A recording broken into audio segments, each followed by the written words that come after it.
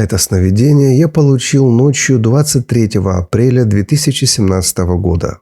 Перед сном я молился, чтобы Господь дал мне сон от Него. Сегодня, 5 июня 2024 года, у меня появилось желание найти этот сон, озвучить и выложить в интернет. Итак, вот что я видел. Напомню, сон был 23 апреля 2017 года.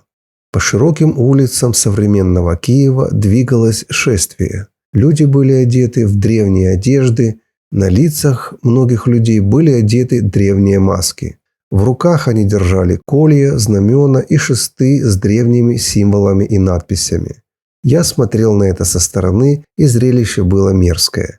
Впереди колонны на платформе возвышалась огромная фигура, которая символизировала власть и могущество этих людей. Это шествие вызывало у смотрящих со стороны людей разную реакцию.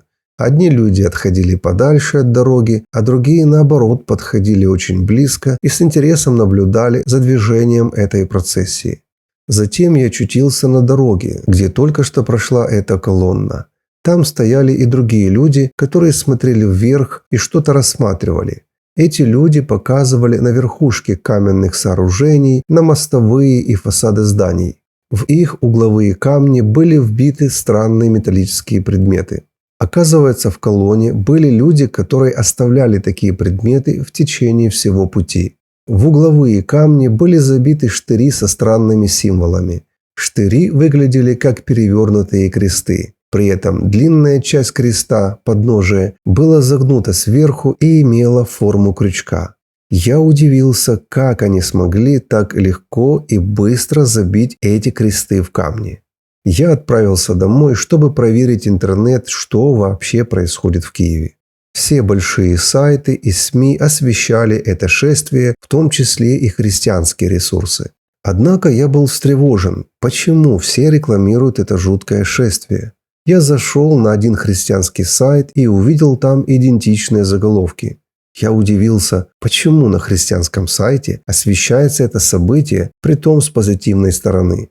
Будучи программистом, я заглянул в код страницы этого сайта. Я обнаружил, что эти заголовки были вставлены на сайт при помощи вирусного скрипта. То есть злоумышленники распространяли свою информацию на чужих сайтах, и такое было по многим СМИ. Тогда я снова подумал про метки, оставленные на высотах. Получается, шествие заключалось не только в демонстрации их силы и могущества, но оставило после себя множество знаков на самых высоких точках города, а также следы в СМИ.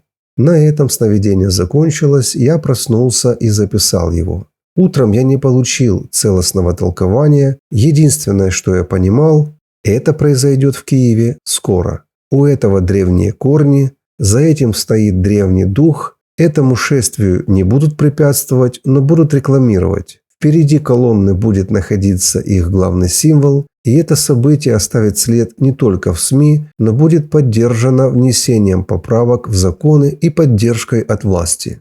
Я озвучил все в точности, как у меня было записано в дневнике. Это содержание сна и понимание, которое пришло утром. Мне нечего больше добавить, но есть причина, почему я это нашел, озвучил и выложил. Просто поразмышляйте.